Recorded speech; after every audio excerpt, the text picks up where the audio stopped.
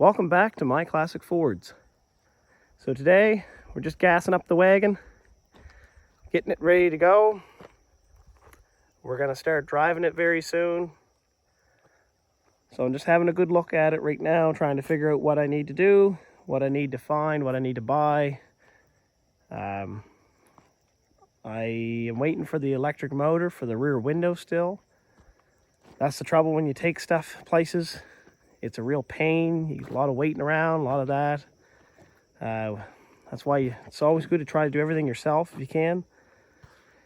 I should have probably just geared up a motor of some kind, but I thought it was an easy solution, taking it fixed. But anyway, we'll cross that when we get to it. Let it go down a little bit. So I don't know if the carburetor needs to be touched yet. I'm going to hold off on that for as long as possible, because if it's a good working carburetor, I'd really rather not mess with it.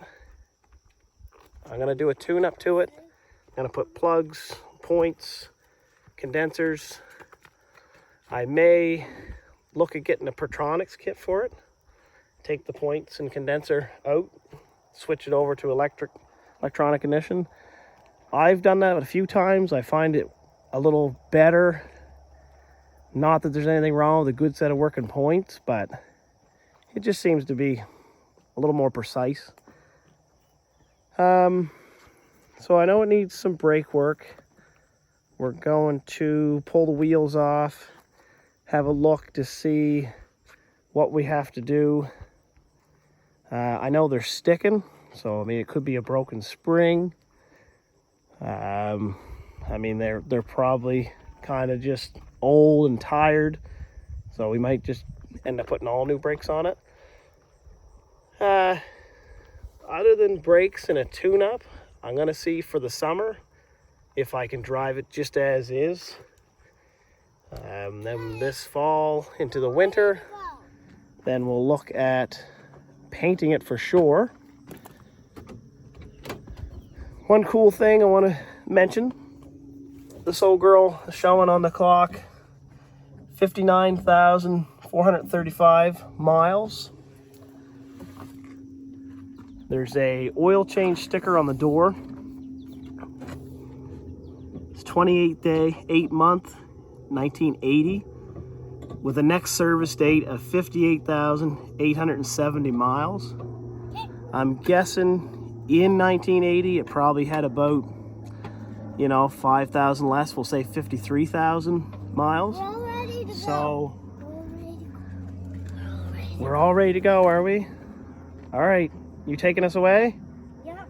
Okay. We're taking us to the store to get donuts. You're taking us to the store to get donuts. All right, we'll see you later. I'll get. What kind do you want? Whatever kind you like, buddy. I'll get sprinkle and chocolate for you and Ryan. All right, thanks, bud. And I'll get some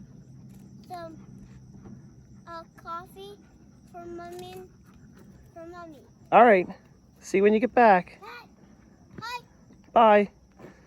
So from 1980, I mean, this car's potentially gone about, 5,000, 6,000 miles, 7,000 miles maybe.